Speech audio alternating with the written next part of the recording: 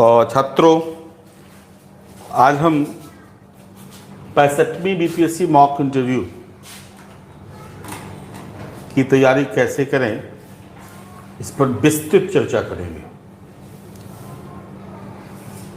पहला कि आपको किन किन बिंदुओं पर फोकस करना है। दूसरा, हम आपकी क्या क्या मदद करेंगे। और इसके लिए जो प्रयास होगा, इस दोनों का जो प्रयास होगा, सम्मिलित प्रयास से आप निर्णायक सफलता प्राप्त करेंगे। इस ग्रुप में बहुत सारे छात्र मेरे पुराने छात्र हैं, कुछ नए छात्र भी जुड़े। पिछले बार का अनुभव बताता है कि जिन जिन छात्रों ने साक्षात्कार को संजीदगी से लिया, उनके बहुत ही ऊंचे स्कोर आए। और यह क्लेम करना बड़ा मुश्किल है कि शायद इंटरव्यू में सबसे अच्छा रिजल्ट हमारे यहाँ है, लेकिन जो पिछले बार 9 छात्र हमारे ऐसे थे जिसके 90 स्कोर है, दैट इज 2 मत। और 80 से 90 के बीच में मैंने पहले ही बताया है 43 स्टूडेंट, और 75 से 80 के बीच लोग 28 स्टूडेंट थे, और 70 से 75 के बीच भी कुछ स्टूडेंट थे। उसे 1-2 स्टूडेंट का उसे कम भी आया था, लेकिन 99% स्टूडेंट का स्कोर अच्छा आया था। Anything more than 75 is good marks, और 80+ तो एक्सेप्शनल माना ही जाता है, और बहुत सारे छात्रों को आया। और उसके पीछे हमने तैयारी करी थी, और आपने भी तैयारी करी थी।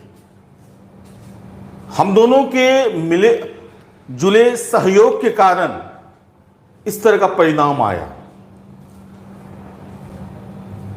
हमने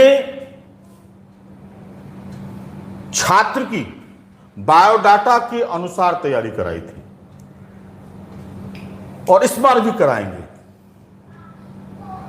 और मेरा यह दृष्टिकोण रहा है कि सिर्फ मॉक इंटरव्यू दे करके अपने में परिमार्जन नहीं कर सकते हैं, अपने आप को उन्नयन के शिखर पर नहीं ले जा सकते हैं। ऊंचे अंक प्राप्त करने के लिए आपके बायोडाटा से संबंधित ईच एंड एवरीथिंग पर, सभी चीज, सभी पहलुओं पर आपको विस्तृत एक खाका बनाना पड़ेगा, और उसके हिसाब से आपको तैयारी करनी पड़ेगी। पहले तो हम ये बताएं, क्योंकि पिछले बार बहुत मैराथन तैयारी करी गई थी, और संयोग था कि लॉकडाउन था, क्लासेस भी नहीं चल रही थी। मोटा मोटी स्थिति इस बार भी है, लेकिन इस बार ऑनलाइन क्लासेस काफ़ी चल रही है हमारी, तो शायद मैं उतना फोकस नहीं दे पाऊंगा। पिछले बार हमने डेली 7 to 8 आवर्स इंटरव्यू के लिए अलॉट करा था, लेकिन इस बार इंटरव्यू ऑनलाइन क्लासेस बहुत ज़्यादा हैं, तो मुश्किल होगी थोड़ी सी, लेकिन फिर भी मैंने 4 आवर अलॉट करा है। उस दरमियान हमने विषयवार, ऑप्शनल वार, जिसके ग्रेजुएशन है तो ग्रेजुएशन के सब्जेक्ट के हिसाब से, ऑप्शनल सब्जेक्ट के हिसाब से, जो भी उसके बायोडाटा से जुड़े उन चीज़ों पर हमने बहुत गंभीरता से तैयारी करवाई थी। और उसमें एक यूनिक होगा कि हमने सबका मटेरियल भी दिया था, अधिकतर चीज़ों का। और इस बार हम क्या कराया जा रहे हैं ये देखिए। पहले हम 2 चीज पर, पहले हम ये फोकस करेंगे कि किन किन चीज़ों पर आपको फोकस करना है जिससे आप सफल होंगे। एक दूसरा हम कहेंगे कि आपको हमारे तरफ से क्या सहयोग मिलेगा, कैसे, किन किन चीज़ों पर फोकस करना है। इंटरव्यू का पैटर्न थोड़ा सा चेंज हुआ है। परीक्षा में जो है जो आप कहते हैं परिचय, तो परिचय में पहले पूछा जाता था कि आप अपना परिचय दें, अब चेंज हो गया है, ये चेंज हो गया है और सीधा पूछा जाता है आपने ग्रेजुएशन कब किया, आपने ग्रेजुएशन कब किया। अब ये जो कब किया, जब आप इसका आंसर देते हैं तो यहां दो चीज ध्यान रखना होगा। अगर गैप ईयर है तो उसका सही रीजन देना होगा, वैलिड रीजन। गैप ईयर नहीं है तो ठीक है, तो ये गैप ईयर है तो उस दरमियान आप कहेंगे कि सिर्फ मैं तैयारी कर रहा था। अगर ये गैप 4 से 5 साल हो, 6 साल हो या उससे ज्यादा हो और आप सिर्फ ये कह देंगे कि तैयारी कर रहे थे, उससे इंप्रेशन खराब होता है। तो उस गैप ईयर को मैनेज करना होगा। अब गैप ईयर को मैनेज कैसे करेंगे, तो उसमें आपको कुछ गढ़ना भी पड़ेगा, कुछ नायकत्व वाला गुण भी देना पड़ेगा आपको। उसमें गढ़ना यह पड़ेगा कि आप हल्का फुल्का झूठ भी बोल सकते हैं, कोई दिक्कत नहीं है इसमें, लेकिन वो रियलिस्टिक लगना चाहिए, उसमें बहुत ज़्यादा गढ़ा हुआ नहीं होना चाहिए। लेकिन गैप ईयर को भरना आवश्यक है और उसमें आप क्रिएट करके जो लगे कि रियल है वो आप गैप ईयर को आप भरेंगे। तो ये है कब किया और गैप ईयर, ठीक है। दूसरा प्रश्न आता है जब ग्रेजुएशन में कब किया और विषय क्या था, विषय क्या था। विषय क्या था तो ध्यान में रखेंगे कि ये जो विषय क्या था, इसके जवाब देने के बाद आप याद रखिएगा इसमें बहुत सारे क्वेश्चन आएंगे।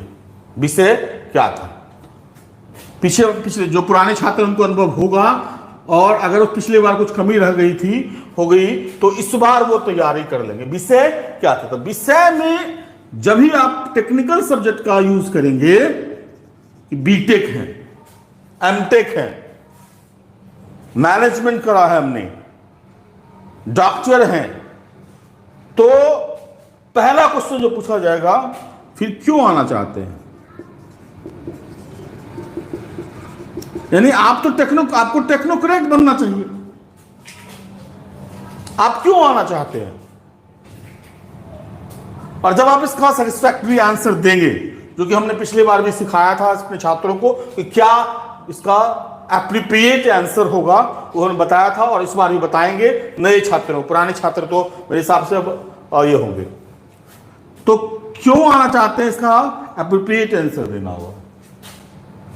अब आपने एप्रोप्रिएट आंसर दिया तब आपसे पूछा जाएगा इस विषय का उपयोग क्या है, उपयोग क्या है प्रशासन में, यानी जिस सेवा के लिए आप जा रहे हैं इसका उपयोग क्या है, इसका भी एप्रोप्रिएट आंसर देना होगा। यानी आपके जो टेक्निकल बैकग्राउंड है उसके हिसाब से आपको बताना होगा कि हमारा टेक्निकल बैकग्राउंड प्रशासन में कैसे कैसे कैसे मदद कर सकता है। तो ये चीज आप इस पर पूरा तैयारी करेंगे।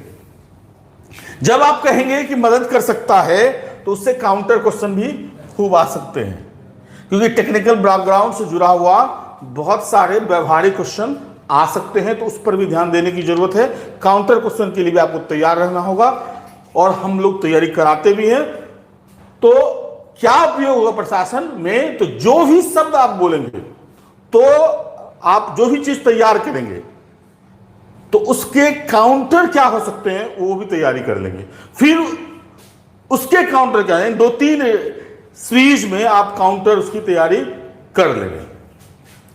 अगर आपका विषय सामान्य विषय यानी जो होगा सामान्य विषय, जैसे ह्यूमैनिटीज का सब्जेक्ट होगा या बॉटनी होगा, जूलॉजी होगा, फिजिक्स होगा, केमिस्ट्री होगा, तो वैसे विषयों में जो है आप क्या करेंगे, तो वैसे विषयों के संदर्भ में कहा यह जाता है कि वैसे विषयों के लिए भी पहला ये क्वेश्चन होगा कि इसका उपयोग क्या है, उपयोग क्या है, प्रशासन में इसका कैसे उपयोग करेंगे, प्रशासन में इसका कैसे उपयोग करेंगे, इन चीज पर ध्यान फोकस करना है। जब आप ये कह दें प्रशासन में क्या उपयोग होगा, फिर आप उसका काउंटर क्वेश्चन तैयार करेंगे। इतना करने के बाद दूसरा हो जाएगा, अगर पूछा जाएगा ग्रेजुएशन ये है, तो आपका ऑप्शनल, राजेश इसको अथी कर दो, ऑनलाइन पर अथी कर दो।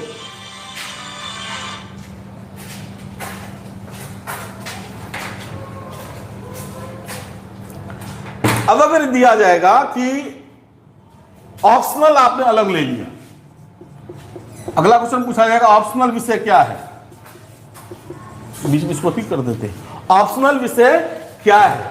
तो ऑप्शनल विषय में अगर इससे चेंज होगा तो पूछा जाएगा आपने क्यों चेंज करा है, तो उसका भी आप PR रहेंगे। तो ऑप्शनल विषय जब होगा तो ऑप्शनल विषय का भी क्या होगा, इसका क्या उपयोग हुआ प्रशासन में, क्या उपयोग है प्रशासन में, पहला ये है क्या उपयोग है प्रशासन में।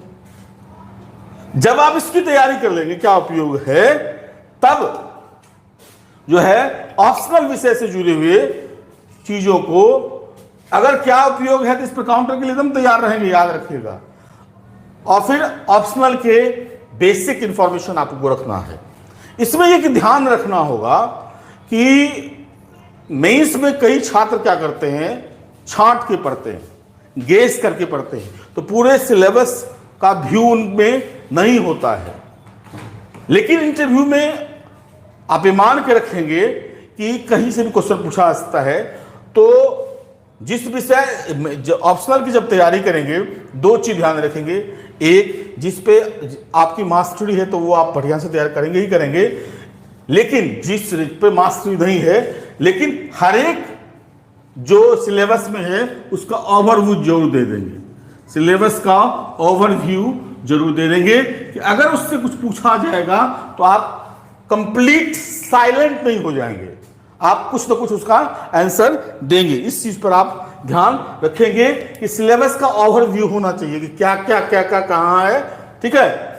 और उसके बाद जो इसमें महत्वपूर्ण पहलू हैं जिससे बराबर क्वेश्चन पूछे जाते हैं, तो उसकी तैयारी करनी होगी। अधिकतर ऑप्शनल की तैयारी से जुड़े हुए प्रश्न आपको यहां से दिए जाएंगे, क्योंकि पिछले बार भी अधिकतर ऑप्शनल के दिए गए थे, वो हम बताएंगे आगे चल के। तो आपको करना है कि सिलेबस का ओवरव्यू पूरे सिलेबस का देना है, और बाकी जो पहले से पकड़ है तो उसको कोई दिक्कत नहीं है। इसके अलावा अगर आप गौर करेंगे इन सब में सिलेबस से जुड़ा हुआ ये जो भी है, इससे ग्रेजुएशन से विषय से इससे जुड़े हुए फैक्चुअल क्वेश्चन आपसे पूछे जा सकते हैं, एनालिटिकल क्वेश्चन पूछे जा सकते हैं। तो फैक्चुअल क्वेश्चन का अगर आपका आंसर नहीं आया तो कोई घबराने की जरूरत नहीं है, आप सॉरी करके निकल सकते हैं, लेकिन गलत आंसर का जवाब नहीं देंगे। गलत देंगे तो वो बैड इंप्रेशन जाएगा। एनालिटिकल क्वेश्चन जो जवाब दिया जाएगा तो उसका आंसर रियलिस्टिक होना चाहिए, ऐसा नहीं लगाना चाहिए कि गढ़ा हुआ बोल रहा है या आइडियलिस्टिक फॉर्म में बोल रहा है, वो नहीं होना चाहिए। नेचुरल लगना चाहिए, आइडियलिस्टिक नहीं होना चाहिए, गढ़ा हुआ कृत्रिम नहीं होना चाहिए, वो रियलिस्टिक लगना चाहिए। इस चीज पर बहुत फोकस करना है। तो एनालिटिकल क्वेश्चन को, दूसरा एनालिटिकल क्वेश्चन को आप पास नहीं कर सकते हैं, वही आपके प्रशासक बनने की क्षमता को की जांच करता है। वैसे प्रश्नों को आप पास नहीं कर सकते हैं, तो वैसे प्रश्नों को जो है आप बेहतर ढंग से तैयारी करेंगे और उसमें लगना चाहिए कि आप रियलिस्टिक बोल रहे हैं। और कभी कभी सिचुएशन बेस्ड क्वेश्चन इस तरीके से होते भी है, वो हम आगे बताएंगे। लेकिन पहले आप परिचय और विषय, अगर इस दोनों पे जो ग्रेजुएशन से जुड़ा हुआ विषय है और इस पर अगर आप बहुत अच्छी तरीके से तैयारी कर लेते हैं तो कई छात्रों का इंटरव्यू यहीं खत्म हो जाता है, कई छात्रों का इसी पर इंटरव्यू खत्म हो जाता है। और ये बहुत ज़्यादा बात इधर आया, इस दोनों पर ही इंटरव्यू खत्म हो जाता है, क्योंकि इंटरव्यू जो है, जो बीपीएससी का जो सिस्टम है वो है ऑन एवरेज 10 to 15 मिनट अधिकतर स्टूडेंट का, और फिर 15 मिनट आप ये मान रखें 15 मिनट इंटरव्यू हुआ, कुछ कुछ स्टूडेंट का 20+ होता है। मेरा अपना असेसमेंट है, जिस स्टूडेंट का 10 to 15 मिनट्स इंटरव्यू हुआ तो उसके 60-70 के बीच में मार्क्स आने की संभावना रहती है। जिस छात्र का इंटरव्यू 15 मिनट के आसपास हुआ तो वो 70+75 के बीच में होगा, और जिसका 15 से 20 मिनट के होगा तो मेरा मानना है 75 से 85 हो सकता है। 20 प्लस का मतलब है 85 प्लस मार्क्स आने की संभावना है। ज्यादा इंटरव्यू दे रहा है और 10 मिनट से कुछ छात्रों को 10 मिनट से अगर कम हो रहा है तो आप समझ लीजिए आपके इंटरव्यू में मार्क्स कम होंगे। इसका रीजन ये है कि जो साक्षात्कार लेने वाले जो पैनल है वो आपके हाव भाव या आपकी घबराहट या आपकी प्रतिक्रिया को देखकर आपसे खुश नहीं है और उनको लगता है कि आप योग प्रशासन अधिकारी नहीं बनेंगे, तो कई लड़कों को 6 मिनट 7 मिनट 8 मिनट पर भी बाहर कर देते हैं। मेरे हिसाब से जिसका ज़्यादा इंटरव्यू होगा तो वो इसका मतलब उसको अच्छा लग रहा है। इंटरव्यू क्या है? एक वार्तालाप है। तो जिसका कम समय हुआ इसका मतलब उससे साक्षात्कार लेने वाले पैनल का वार्ता करने की इच्छा नहीं है। ये एक वार्तालाप है, तो वार्ता करने की इच्छा नहीं, इसलिए आपको तुरंत ही हटा दिया गया। जिससे एवरेज हुआ तो आपसे एवरेज ठीक है, अच्छा लड़का है तो ठीक है, तो हमने बात किया। अगर ज्यादा बात कर रहा है उससे, इसका मतलब पैनल को अच्छा लग रहा है, इसलिए आपसे ज्यादा वार्तालाप कर रहा है। और जब आपसे ज्यादा वार्तालाप करेंगे तो अच्छा नंबर आएगा। इक्का दुक्का का छोड़ दें, 1 2 3 कुछ लड़कों को हो सकता है इस तरह होगा, लेकिन 99% लड़के जिनका इंटरव्यू 15 से 20 मिनट या 20 मिनट से ज्यादा हुआ है उनका स्कोर अच्छा आया है। खासकर 20 मिनट प्लस वाले का 90 स्कोर आया है। तो हम लोग उससे भी अंदाज लगा लेते हैं क्या स्थिति है कि इंटरव्यू को क्या अच्छा लगना चाहिए। इन 2 चीजों को देखेंगे, ग्रेजुएशन और विषय को देख करके। इसके बाद फिर हम दूसरे चीजों पर फोकस करते हैं कि अब और क्या आपको तैयारी करना है ग्रेजुएशन विषय से संबंधित।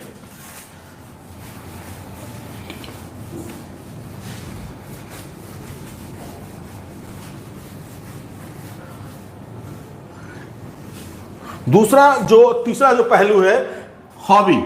ये जो हॉबी है ये जरूरी नहीं है सबसे पूछा जाए, बहुत से नहीं भी पूछा जाता है और खुद से पूछा भी जाता है। मेरा अपना मानना है कि जो ग्रेजुएशन और ऑप्शनल सब्जेक्ट में अगर परिस्थितियां ठीक नहीं रही, अनुकूल नहीं रही, तभी हॉबी पे आते हैं। एक आध लड़के को हॉबी भी डायरेक्ट पूछा जाता है। तो हॉबी जो है इसकी भी तैयारी होनी चाहिए। अगर आप किसी हॉबी अगर पूछ दिया जाएगा तो आपको बताना ही पड़ेगा कि मेरा हॉबी ये है। आप थोड़ी कहेंगे कि मेरा हॉबी कुछ है ही नहीं, ठीक है, तो हॉबी बताना पड़ेगा। लेकिन उसकी जब आप किसी भी हॉबी का चयन करें तो उसके बारे में एक बढ़िया विस्तृत जानकारी रखना है।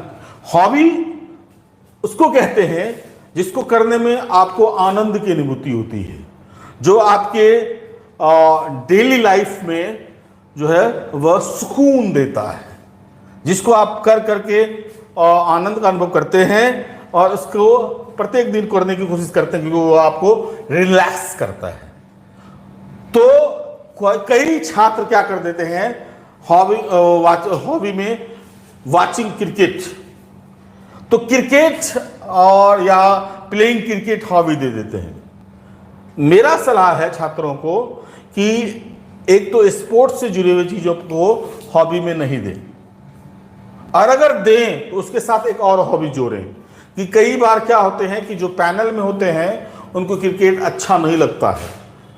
ज़्यादातर लोग कहते हैं कि यह समय बैठे ठेले का काम है, ठीक है ना, बेकार सा या कुछ कोई काम नहीं है इसलिए देख रहा है। तो बोलेंगे इसके अलावा कोई हॉबी है। तो अगर आपने स्पोर्ट्स एक्टिविटी यानी क्रिकेट को हॉबी रख दिया और अचानक पूछे कि नहीं इसके अलावा भी कोई हॉबी है, तो आपको बोलना पड़ेगा। और जब बोलना पड़ेगा तब आप ये मान के रखें उस समय गढ़ करके आंसर देना मुश्किल है। तो अगर क्रिकेट हॉबी रखते हैं तो एक उसके साथ में एक और हॉबी ऐड करेंगे, ये ध्यान रखेंगे। दूसरा, अगर क्रिकेट हॉबी देते हैं, अगर मान लिया उनको ठीक है चलो क्रिकेट हॉबी दिया, तो कभी कभी क्रिकेट का जो क्वेश्चन पूछा जाता है उसकी वैरायटी बहुत ज़्यादा होती है, उसमें फंसने के चांसेस हैं। मेरा अपना मानना है इसमें हॉबी ऐसा दिया जाए जिससे कि आपके प्रश्न कम पूछे जाए और जो भी पूछा जाए वो आपको पॉजिटिव इंसेंटिव दे। सिंगिंग कर सकते हैं, बहुत अगर अच्छा गाना आता है तो आप उसको कर सकते हैं। पेंटिंग अगर आती है तो पेंटिंग से जुड़े हुए, जिस क्षेत्र से जुड़े हुए, पेंटिंग से जुड़े हुए कुछ कुछ चीज़ों को आपको ध्यान में रख लेना है। डायरी लेखन भी खूब रहता है, तो डायरी लेखन की भी आप तैयारी कर सकते हैं, ठीक है। बहुत सारे लोग नेट सर्फिंग देते हैं। जब भी आप नेट सर्फिंग या कोई एक्स्ट्रा ऑर्डिनरी चीज़ों को रखेंगे तो उसकी तैयारी होगा। और ये मान के रखें कि कुछ ना कुछ जानकारी सभी को रहती है, तो अगर आप जो भी हॉबी रखेंगे उसके बारे में आप 2-3 पेज में उसके आसपास से जुड़ी हुई चीज़ों को तैयार कर लेंगे। लेकिन हॉबी मैंने रखने का मतलब ये है कि जो आपको आनंद की अनुभूति हो, सुकून दे रहा हो, तो ऐसा हॉबी नहीं हो जो प्रेशर और क्रिएट कर दे। तो हॉबी चुनने में ध्यान में रखेंगे और हम भी मदद करते हैं हॉबी चुनने में। इसके अलावा एक और भी चीज़ पूछा जाता है बराबर कि आपके निगेटिव और पॉजिटिव साइड क्या क्या है, इसकी भी तैयारी बेहतर ढंग से होनी चाहिए। नेगेटिव और side, positive side. Positive side, positive side का मतलब है कभी कभी जैसे आप पद वरीयता देते हैं, पद वरीयता देते हैं तो जो भी पद देंगे, या मतलब आप BAS देते हैं या BPS देते हैं, ठीक है, या BFS देते हैं या RDO देते हैं, तो ऐसा आप में क्या गुण है, क्या क्वालिटी है जो आपको इस पद के लिए चयनित किया जाए बिहार प्रशासनिक सेवा का।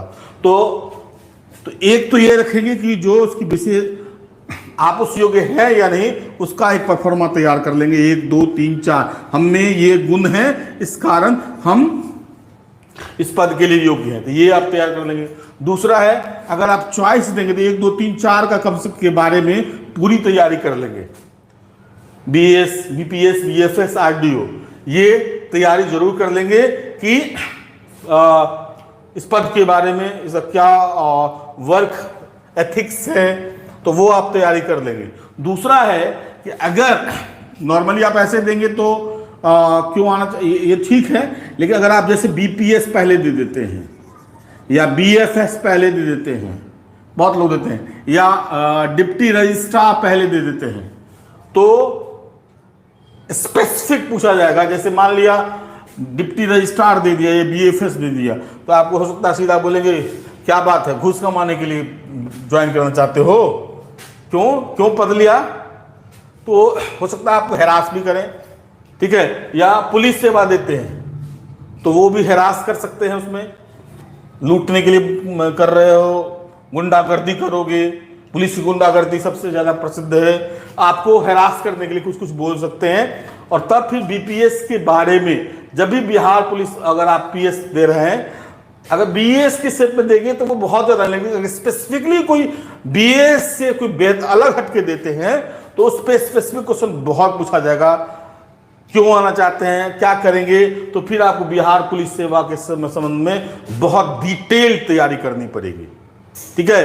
और इसमें फैक्चुअल और सिचुएशनल क्वेश्चन दोनों पूछे जाएंगे। इन पद वरीयता से जुड़ी हुई चीजों पे फैक्चुअल और सिचुएशनल क्वेश्चन दोनों पूछे जाएंगे। फैक्चुअल कोई दिक्कत नहीं है तो है, लेकिन सिचुएशनल क्वेश्चन पे आपको, अगर यहाँ आपको तैयारी किया हुआ पूछ दिया जाए तो आप आंसर दीजिए तो बेस्ट है, नहीं तो वहां भी अगर सिचुएशन ऐसा क्रिएट हो जाए तो आंसर तो देना ही देना है। लेकिन अगर आपको लटपटा हो गया तो आपको घबराने की जरूरत नहीं, इस चीज को ध्यान में रखेंगे। नो वन इज परफेक्ट, ठीक है, लेकिन आप इसमें कुछ कुछ क्रिएट करके पहले से रखेंगे 10-12 सिचुएशन क्वेश्चन को। जैसे भीड़ जमा हो गई, बहुत उग्र भीड़ जमा हो गई, तो आप उसको कैसे करेंगे, कैसे हटाएंगे। तो इसमें जो होना चाहिए कि बहुत सारे कह सकते हैं नहीं पहले हम समझाएंगे, फिर नहीं मानेगा तो आंसू गैस छोड़ेंगे, लाठी चार्ज करेंगे। नो, कभी इस चीज का यूज नहीं करना है।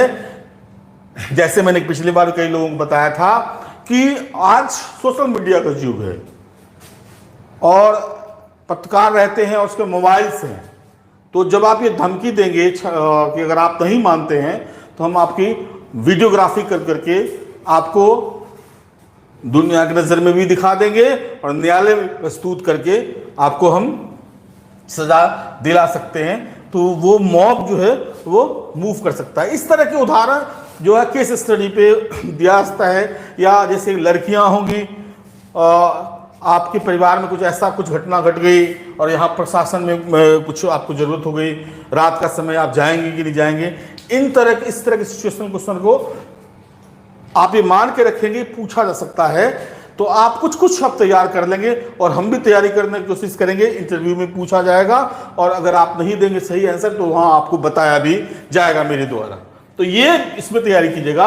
और इसी में जैसे पॉजिटिव साइड जो है आपका बताएंगे, जो आप योग्य हैं तो आप पॉजिटिव साइड जो आप कह रहे, मैंने बताया था 1 2 3 4 ये हमें पॉजिटिव गुण है जिसके कारण मुझे इसमें चयन किया जाए, उस पर देखेंगे। तीसरा है नेगेटिव। नेगेटिव साइड पूछा जाता है और अधिकतर जो स्टूडेंट होते हैं मुझे लगता है वेल प्रिपेयर्ड नहीं होते हैं और गलत नेगेटिव बताते हैं। जैसे मैं भावनात्मक रूप से मैंने भावुक हूं, जल्दी सब पर विश्वास कर लेता हूं, क्रोध आ जाता है। कभी भी ऐसे नेगेटिव का आप चर्चा नहीं करेंगे। और ये करते हैं तो ये सुसाइडल है, क्योंकि ये सारे प्रशासनिक अवगुण माने जाते हैं। अगर ये आप में है तो आप कहेंगे नहीं ये इस पर मैं काम कर रहा हूं, सुधार कर लूंगा, तो हो सकता है कह दें कि आप ठीक है सुधार करने के बाद अगली बार आइएगा, ये भी कहते हैं आप पे। तो इन चीजों का इस्तेमाल नहीं करेंगे। आप नेगेटिव का आंसर इस तरीके से दें जो देखने से नेगेटिव लगे लेकिन वो पॉजिटिव आंसर होगा। हम लोग विभावना अलंकार हिंदी में पढ़ाते हैं कि बिना कान के लोग सुन रहा है, बिना आंख के देख रहा है, तो यह संभव नहीं है, लेकिन ईश्वर की कृपा होगी तो ऐसा हो सकता है। तो कहने का मतलब यह है कि नेगेटिव देखने से नहीं लगे, लेकिन देखने से नेगेटिव लगे लेकिन उसका आउटकम पॉजिटिव होना। जैसे मान लिया आपका नेगेटिव बोलना चाहिए, तो पहला जैसे बिहार है तो कहिए आप कह सकते हैं कि मुझे फ्लुएंट इंग्लिश बोलने नहीं आती है, जिसके कारण मैं बराबर हीन भावना से ग्रसित रहता हूं। तो यह नेगेटिव हो सकता है, देखने से भी लगता है नेगेटिव है, लेकिन प्रशासन में इसका नुकसान नहीं, क्योंकि आप बिहार में प्रशासनिक अधिकारी बनने जा रहे हैं और आप इंप्लीमेंटिंग ऑफिसर हैं, आप पॉलिसी मेकर नहीं हैं। आप पॉलिसी मेकर होते तो आप हो सकता है कि आपको दोनों भाषा का बृहद ज्ञान होना चाहिए था। आप इंप्लीमेंटिंग ऑफिसर हैं और आपको इंप्लीमेंट करना है ग्रास रूट में, और वहां जो है भाषा से संबंधित इंग्लिश भाषा का कोई उपयोग नहीं है, वहां हिंदी, मैथिली, भोजपुरी जो उन भाषाओं का इस्तेमाल होगा। इसलिए ये आपका नेगेटिव जो है प्रशासन को नुकसान नहीं पहुंचेगा और ये आपके नेगेटिव पर बहुत ज्यादा काउंटर क्वेश्चन भी नहीं आएगा। इसके अलावा बहुत सारे नेगेटिव हो सकते हैं। जैसे मान लिया मैं अपने पढ़ाई के दौरान, अगर आप जॉब कर रहे हैं और पढ़ाई कर रहे हैं, दो तरह का हो सकता है। आप कह सकते हैं पढ़ाई के दौरान मैं इतना मशगूल हो जाता हूं कि कभी कभी खाने की चिंता नहीं रहती है और थोड़ा सा मैं उससे फिजिकली मैं जो है सो कभी कभी कमी महसूस करता हूं या अनफिट हो जाता हूं। तो ये चीज अगर आप करते हैं या आप किसी रोजगार में हैं और कहें कि मैं अपने काम के प्रति इतना समर्पित होता हूं कि मैं खाना पीना भूल जाता हूं, इससे स्वास्थ्य संबंधी समस्याएं मुझे आती है, तो ये नेगेटिव है कि आप अपने डेली लाइफ की रूटीन को मेंटेन नहीं कर रहे हैं। लेकिन एक प्रशासक में यही गुण होने चाहिए कि उसको काम के प्रति समर्पित भावना ज्यादा होनी चाहिए, ठीक है, तो वो पॉजिटिव जाएगा। देखने से नेगेटिव लगेगा लेकिन वो पॉजिटिव जाएगा। तो आप उन चीजों पर ध्यान करके तैयारी करेंगे। इसके अलावा एक और चीज रखिएगा, जो इन चीजों के अलावा दो चीज पर ध्यान रखना। एक जो है हम इसको देखते हैं करंट से जुड़ी चीजों और अन्य अदर्स का मतलब क्या है? करंट का मतलब हुआ बिहार करंट,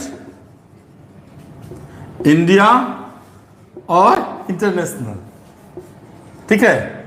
इस पर आप जो बर्निंग टॉपिक है वो आप तैयार करेंगे, ठीक है, और उस पर आपकी फैक्चुअली भी ध्यान में रहनी चाहिए और एनालिटिकली भी ध्यान में रहनी चाहिए। और एक चीज हर समय अभी आज से अभ्यास लगा देंगे, जिस दिन आप इंटरव्यू देने जाए उससे एक दिन पहले का पेपर और उस दिन का पेपर पूरा डिटेल होना चाहिए। उसमें आपको उसका हेडलाइन को ध्यान में रहना ही चाहिए और उसमें जो उससे कुछ जुड़ा हुआ कुछ विशेष आप डिटेल पढ़ लेंगे। मतलब आप जिस दिन इंटरव्यू देने जाएंगे और उससे एक दिन पहले आप कोशिश करेंगे पेपर को बढ़िया से डिटेल से पढ़ लें, जिससे कि उससे बहुत सारे क्वेश्चन पूछे जाते हैं। जैसे आपसे पूछा जा सकता है कि आज का पेपर आपने पढ़ा है, तो आपने कहा मैं निश्चित कहेंगे पढ़ा है, तो उसका हेडलाइन क्या क्या है। तो हेडलाइन जब आप बताएंगे तो आप ऐसे कह सकते हैं अंतर्राष्ट्रीय स्तर पर इस न्यूज की रही है,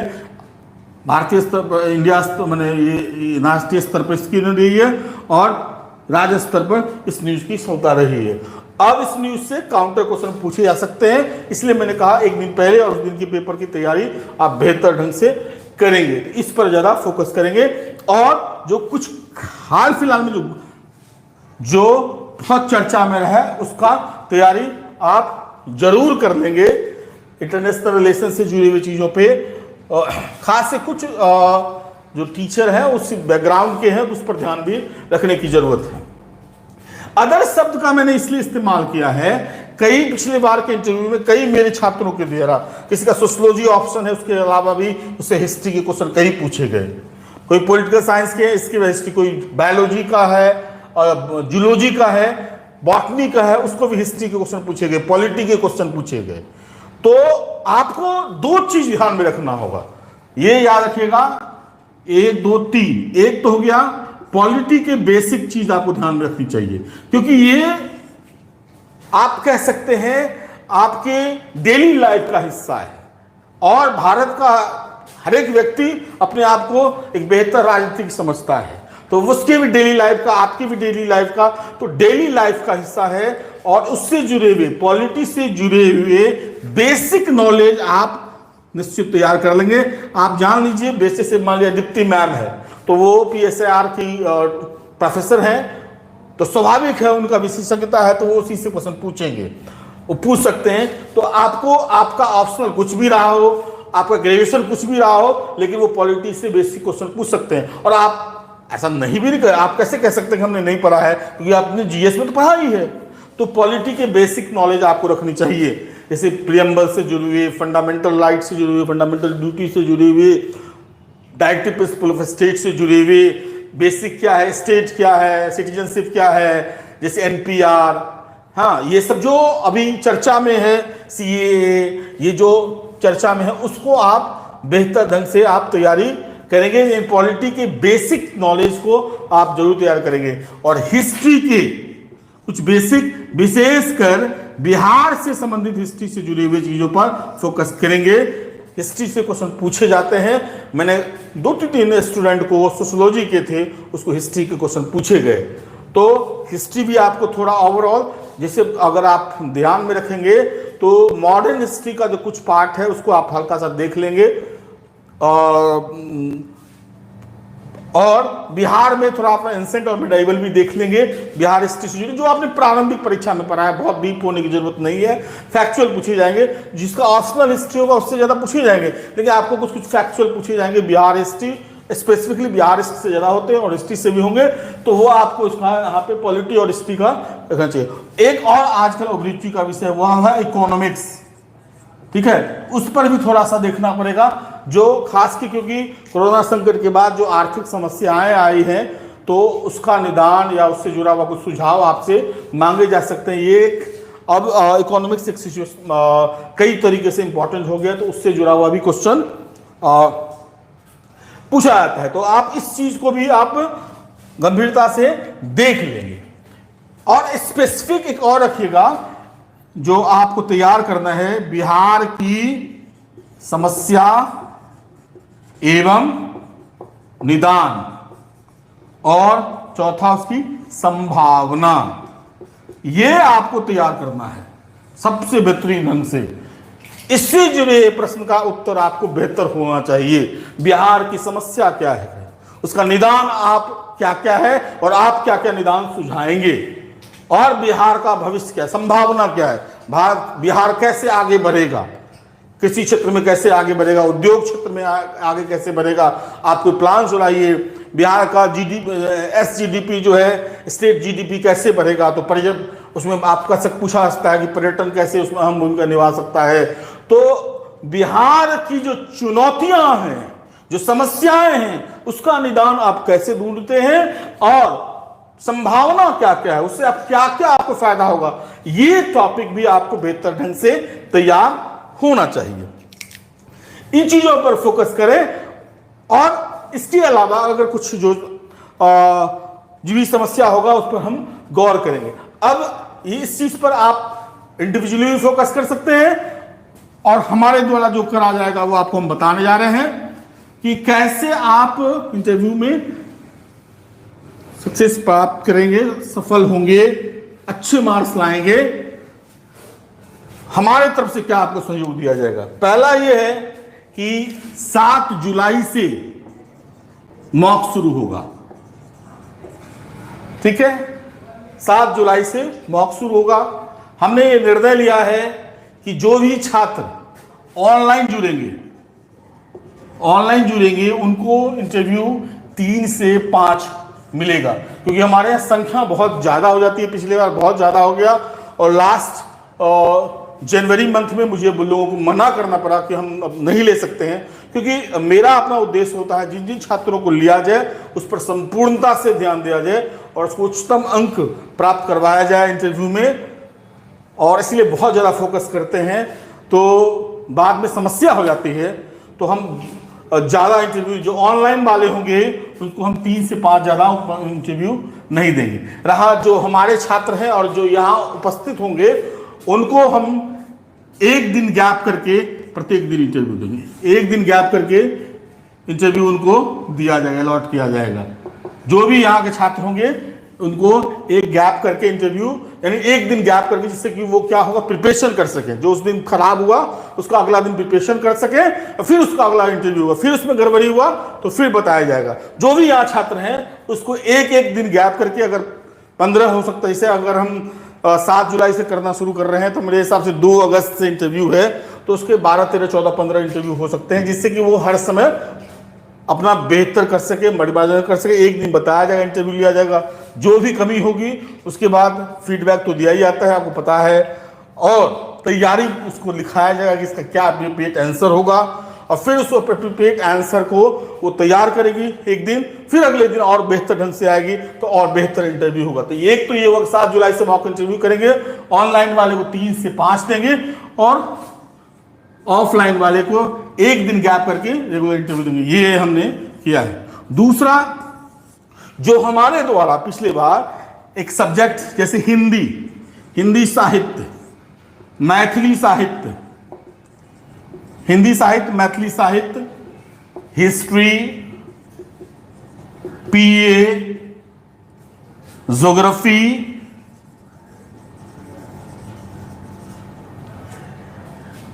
और एलएसडब्ल्यू, इसके मटेरियल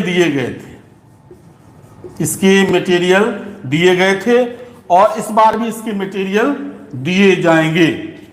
और इसमें से अधिकतर का क्लास भी हुआ था। हिंदी का क्लास हुआ था, मैथिली का क्लास हुआ था, हिस्ट्री का क्लास हुआ था और एलएसडब्ल्यू का क्लास हुआ था। ठीक है, तो इस बार भी हिंदी का क्लास दिया जाएगा, मैथिली का, हिस्ट्री का, एलएसडब्ल्यू का, पीए का भी क्लास दिया जाएगा, संभव हुआ तो ज्योग्राफी का भी क्लास दिया जाएगा। ये क्लास आपको बताया जाएगा कि इस सब्जेक्ट में आप कहां कहां फोकस करेंगे और इस सब्जेक्ट से जुड़े हुए उन महत्वपूर्ण प्रश्नों को आपको लिखाया जाएगा और उसका जो बेहतर आंसर होगा वो आपको लिखाया जाएगा। पिछले बार का प्रिंटेड मटेरियल जो पुराने छात्र हैं उनके पास है, इसमें जो भी कुछ नया जोड़ा जाएगा आप उसी में ऐड कर लेंगे। जो नए छात्र होंगे उनको अप टू डेट मटेरियल मिल जाएगा। तो ये चीज क्लास होगा। कल जो है हमारे संस्थान के द्वारा मैथिली का क्लास दिया जाएगा, मैथिली इंटरव्यू के लिए क्लास दिया जाएगा कल। ठीक है, और मैथिली का दिया जाएगा निश्चित, और इसके अलावा हिस्ट्री का दिया जाएगा, मैथिली और हिस्ट्री का। और बीच बीच में क्या होगा, क्योंकि एक दिन में कम से कम 1.5-2 घंटे क्लास लिए ही जाएंगे, तो बीच बीच में गैप करके विद इन 2 दिन, एक दिन गैप कर करके इस ऑप्शनल का पहले क्लास लिया जाएगा। दूसरा है, और इन सब चीजों जो ग्रेजुएशन का जो सब्जेक्ट है, इसके अलावा कुछ कुछ ग्रेजुएशन के सब्जेक्ट से जुड़ी हुई चीज़ों पे भी हमारे द्वारा गाइडलाइन दी जाएगी। जैसे मान लिया जूलॉजी हो गया, बॉटनी हो गया, इससे जुड़े हुए मटेरियल दिए गए थे पिछले बार और गाइडलाइन उसके भी दिए जाएंगे। दूसरा टेक्निकल बैकग्राउंड से, जैसे मैकेनिकल इंजीनियर है, सिविल इंजीनियर है, अलग अलग फील्ड से इंजीनियर है, तो इलेक्ट्रिकल इंजीनियर है, उससे जुड़े हुए पहलुओं के हमारे पास विशेषज्ञ हैं। आपको पिछले बार ही पता होगा छत्रसाल जी उसके विशेषज्ञ हैं। तो जो टेक्निकल बैकग्राउंड से जो भी जुड़े होंगे उसके लिए भी एक अलग से क्लास लिया जाएगा, वो छत्रसाल जी लेंगे। तो उसमें भी जो भी छात्र अगर जिज्ञासा जाहिर करेंगे तो उनके प्रश्नों का उत्तर वो देंगे और उसमें क्या क्या क्वेश्चन पूछे जा सकते हैं वो छत्रसाल जी बताएंगे और उसका आंसर भी बताने की कोशिश करेंगे। इसके अलावा कोई समस्या होगा तो आपको छत्रसाल जी से आप बात कर करके जो भी टेक्निकल बैकग्राउंड के जो होंगे स्टूडेंट वो उससे क्लियर ले सकते हैं। एक और हमारे द्वारा किया गया है कि करंट अफेयर्स से जुड़े बिहार और स्टेट इंटरनेशनल इससे जुड़े चीज टॉपिक पे भी अलग अलग टीचर आकर के बीच बीच में क्लास लेंगे। हाफ एन आवर 1 घंटे का क्लास लेंगे। इंटरनेशनल रिलेशन के लिए भी, बिहार के लिए भी और नेशनल के लिए भी अलग अलग टीचर आकर क्लास आपको लेंगे। हमने ये निर्णय किया है कि 4 बजे से लेकर के 7:30 बजे तक 7 जुलाई से रखा गया है। तो इसमें हम चाह रहे हैं कि प्रत्येक दिन 4 से आपको 6:30 ये मॉक इंटरव्यू के लिए सेव किया जाए और 1 घंटे क्लास होगा। तो 1 घंटे जो गैप होगा गैप करके, तो जिस दिन क्लास लिया जाएगा उस दिन 4 से 6:30 इंटरव्यू होगा और जिस दिन क्लास नहीं लिया जाएगा उस दिन 4 से 7:30 इंटरव्यू बजे तक होगा। ठीक है, तो आपको क्लासेस हमारे तरफ से दी जाएंगी और उसमें भी कोई डाउट होगा आप उसको पूछ सकते हैं। इसके अलावा मॉक इंटरव्यू के दौरान जो भी कुछ प्रश्न आपसे पूछे जाएंगे और आपका उत्तर उत्कृष्ट नहीं होगा तो आपको फीडबैक दिया ही जाता है। उस समय जो 3-4 मिनट फीडबैक दिया जाएगा, लेकिन इसके बावजूद भी आपकी जिज्ञासा और रही कि सर इस पर मदद किया जाए तो आप इंटरव्यू टाइम के बाद आप व्हाट्सएप पर मैसेज कर देंगे कि सर मुझे इन चीज़ों पर दिक्कत है, इस पर कुछ मदद की जाए। जहाँ तक संभव होगा वो मदद मेरे द्वारा या हमारी टीम के द्वारा किया जाएगा। तो हम रेगुलर क्लास बीच बीच में देते रहेंगे। एक दिन गैप करके अलग अलग टीचर अलग अलग विषय से लेकर के वो क्लास आपको देते रहेंगे। उस क्लास को आप मिस नहीं करेंगे। उसके अलावा कभी कभी करंट अफेयर से जुड़ी हुई चीज़ों पर भी हम लोग सेव करेंगे, क्योंकि इस बार पिछले बार बहुत ज़्यादा समय था तो मेरे द्वारा बहुत ज़्यादा क्लास दे दिया गया था इंटरव्यू के दौरान। उसकी भी आप मदद ले सकते हैं। जैसे बेसिक आप पॉलिटिकल साइंस, इंडियन पॉलिटी से जुड़ी हुई चीज़ों पर अगर ध्यान रखना चाहते हैं तो विजन सिविल सर्विस सेंटर नाम से ऐप है, उसमें ऐप से जुड़ेंगे तो उसके लिए तो आपको परमिशन लेना पड़ेगा। लेकिन यूट्यूब पे बहुत सारे क्लासेस बेसिक नॉलेज के पॉलिटिकल इंडियन पॉलिटी के दिए गए हैं, उसको आप जरूर देख लेंगे। इससे पॉलिटी का आपको कंसेप्ट क्लियर हो जाएगा। उसी तरह इंटरनेशनल रिलेशन से जो बेसिक क्वेश्चन पूछे जाते हैं वो आप क्लास देख लेंगे तो वो भी आपको क्लियर हो जाएगा। और जो करंट में कुछ घट रहा होगा वो आपको हमारे द्वारा क्लास दिया जाएगा। तो यूट्यूब चैनल पे आप इंडियन पॉलिटी का, इंटरनेशनल रिलेशन का, उसको भी देख सकते हैं। इसके अलावा इतिहास के स्टूडेंट जो भी हैं तो इतिहास के भी पूरा स्टार्ट से पढ़ाया गया है तो उन क्लासों को भी देख सकते हैं। इसके अलावा हिस्ट्री का जो हम क्लास लेंगे उसमें हम कोशिश करेंगे हर एक चीज़ों को लेने का, लेकिन अगर कुछ बचता है तो उसके लिए आप जो है यूट्यूब पर वो मेरा क्लासेस दिया हुआ है वो आप ले सकते हैं। आज के लिए धन्यवाद।